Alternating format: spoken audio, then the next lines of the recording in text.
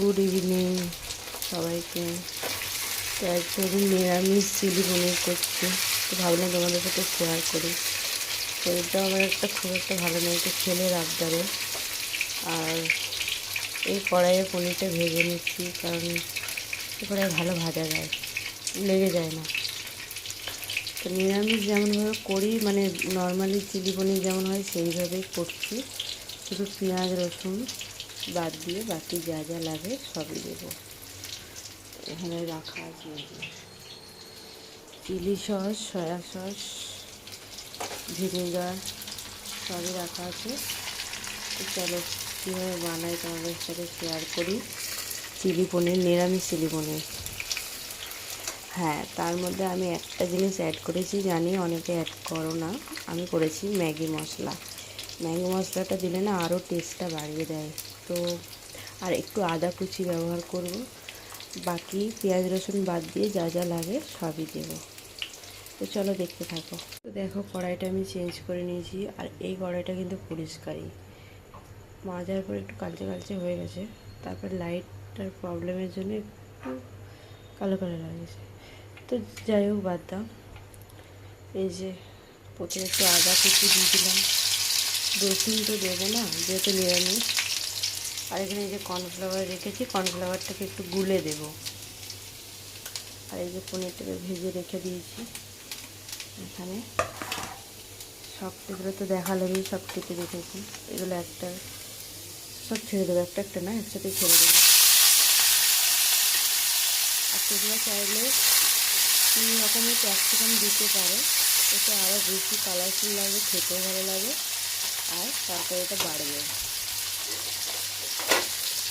চাইলে একটা দিয়েও করতে পারো আমার মতো। এটা হালকা একটু সফট হয়ে যাক, এর মধ্যে একটুখানি নুন দিয়ে দেবো, আর কিছু দেবো না, একটু নুন দেবো সফট হওয়ার জন্য। তারপরে একে একে সব সসগুলো দেবো, কর্নফ্লাওয়ারগুলো দেবো, রেডি হয়ে যাবে। আর একটু এর মধ্যে একটু গ্রিন চিলি কেটে দেবো, একটু গ্রিন চিলি পেস্টও দেবো, আবার কেটেও দেবো। তো নিরামিষ পনির তরকারি রুটি পরোটা যাই দিয়ে খাও দারুণ লাগে নিরামিষের দিন। বিশেষ করে আমার অতটা পছন্দ না পনির, ছেলের আবদারের জন্য করি, আমি মাঝের মধ্যেই করি নিরামিষের দিন। আর সবসময় আলু পনির দিয়ে খেতে তো ভালো লাগে না, তাই একটু ডিফারেন্ট করার চেষ্টা করি। তো নিরামিষের দিন বাচ্চা আবদার করলে তখন একটু আলাদা রকম করি, যেহেতু পেঁয়াজ রসুন তো দিতে পারবো না, পেঁয়াজ রসুন বাদ দিয়ে এরকম করে করি। তো ভালোই লাগে খেতে, আর তোমরা বাড়িতে একদিন বানিয়ে দেখো, খুব সুন্দর লাগে। তো ভিডিওটা বড় হয়ে যাচ্ছে, চলো বাকি তোমাদেরকে দেখাই, এটা ভাজা হোক, তার বাকিটা তারপরে দেখাই। এখানে একটুখানি ভিনেগার এর মধ্যেই আমি দিয়ে দিয়েছি। আর এই যে 3 রকমের sauce, soya sauce, tomato sauce আর চিলি সস। তো পরিমাণগুলো একটু কম দিয়েছি, টমেটো সসটা একটু বেশি দিতে হয়।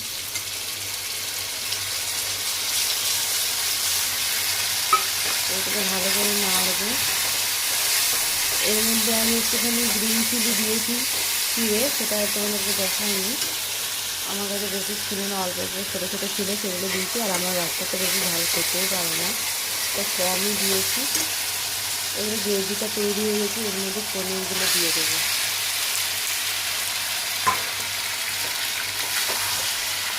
পনিরগুলো দিয়ে ভালো করে মিক্স করে নেবো, তারপরে কর্নফ্লাওয়ারটা গুলে দিয়ে দেবো। আর লাস্টে একটু গোলমরিচ দিয়ে দেবো, টেস্টের জন্য খুব ভালো লাগে খেতে। ধনে পাতা চাইলে ধনে পাতার যে ডান্ডিটা হয় সেটাকে কুচি কুচি করে দিতে পারে, গার্নিশের জন্য খুব ভালো লাগে। তো এর মধ্যে না আমি একটু ম্যাগি মশলা অ্যাড করবো, যাতে টেস্টটা বাড়ে, যেহেতু নিরামিষ, যাতে টেস্টটা আরেকটু ভালো হয় তার জন্য।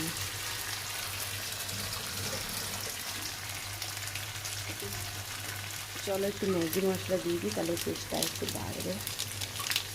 পনির ভাজার সময় একটু দিয়েছি, যেহেতু এখানে কোনো মশলা পড়ছে না, তাই একটু ম্যাগি মশলাটা দিচ্ছি আমি। একটু টেস্টে কিচ্ছু হেরফের হয় না, বিশ্বাস করো, যদি তোমরা বানিয়ে খেয়ে দেখো, বরঞ্চ আরও ভালো লাগে, টেস্টটা বাড়িয়ে দেয়। তো চলো এবারে কর্নফ্লাওয়ারটা গুলে দিয়ে দিই। এই যে কর্নফ্লাওয়ারটা জলে গুলে দিয়ে দেবো।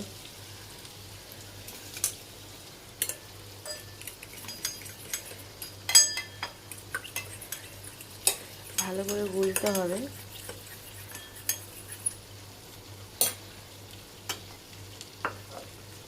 একটু হাত লাগাই, হাত না হলে তো জিনিসের স্বাদ বাড়ে না, বাঙালিদের নিয়মই এটা। তো চলো দিয়ে এটাকে। কর্নফ্লাওয়ারটা দেওয়ার পর কিন্তু জল দিতে হবে, না হলে তলায় লেগে যাবে। আর কর্নফ্লাওয়ারটা দিলে একটু গাঢ় গাঢ় হয়। এবারে যে যেরকম থিকনেস খাও চিলি পনিরের, বারবার চিলি চিকেন বেরিয়ে যাচ্ছে, চিলি পনির যে যেরকমভাবে খাও সেরকম মতন জল দেবে, যে যতটা গ্রেভি রাখতে চায়। তো আমি একটু বেশি দিচ্ছি কারণ এটা না টেনে নেবে, যেটা কর্নফ্লাওয়ারটা দেওয়া আছে না একটু গাঢ় হয়ে যাবে, তার একটু জলটা বেশিই দিলাম আমি। এরপর নামাবার আগে একটুখানি ধনেপাতার ডান্ডিটা কেটে গার্নিশের জন্য দেবো, আর একটু গোলমরিচ দিলেই রেডি চিলি পনির। তো চলো হয়ে যাক, লাস্টে তোমাদেরকে আবারও দেখাচ্ছি। তো এই যে আমার চিলি পনিরের ফাইনাল লুক। এর মধ্যে একটু গোলমরিচ দিয়েছি, যেটা তোমাদেরকে আর দেখানো হয়নি, তো অল্প একটু দিয়েছি যেহেতু চিলি পেস্ট দিয়েছি, তার সাথে চিলি গ্রেট করে কুচিয়ে দিয়ে দিয়েছি ঝাল ঝাল হওয়ার জন্য, আর একটুখানি চিনিও দিয়েছি, ব্যালেন্স থাকবে, মানে স্বাদের ব্যালেন্সটা হবে, তাহলে অল্প একটু চিনিও দিয়েছি। তো এই যে ফাইনালি আমার চিলি পনির রেডি। আর আমার কাছে ধনে পাতাটা নিয়ে শেষ হয়ে গেছে, তোমরা চাইলে এর উপরে একটু ধনে পাতা ছিটিয়ে দিলে আরও ভালো লাগবে।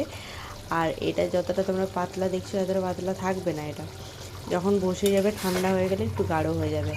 আর রুটি পরোটা দিয়ে খাবে বলে আমি এই থিকনেসটাই রাখছি, তোমরা চাইলে একটু কমিয়েও দিতে পারো, যে যেমন খাও সেইভাবে করতে পারো। তো চলো বাই বাই সবাইকে, গুড নাইট। তো গুড নাইট হয়েই এসছে প্রায়, আমি এটা সন্ধ্যেবেলা চাপিয়েছিলাম, বেশিক্ষণ লাগে না, তো একটু দেরি করে চাপিয়েছি। এখন তো প্রায় 8:30 মতন বাজে। তো এই যে আমার চিলি পনির রেডি, কেমন হয়েছে বলো কমেন্টে জানিও। বাই বাই সবাইকে, ভালো থেকো।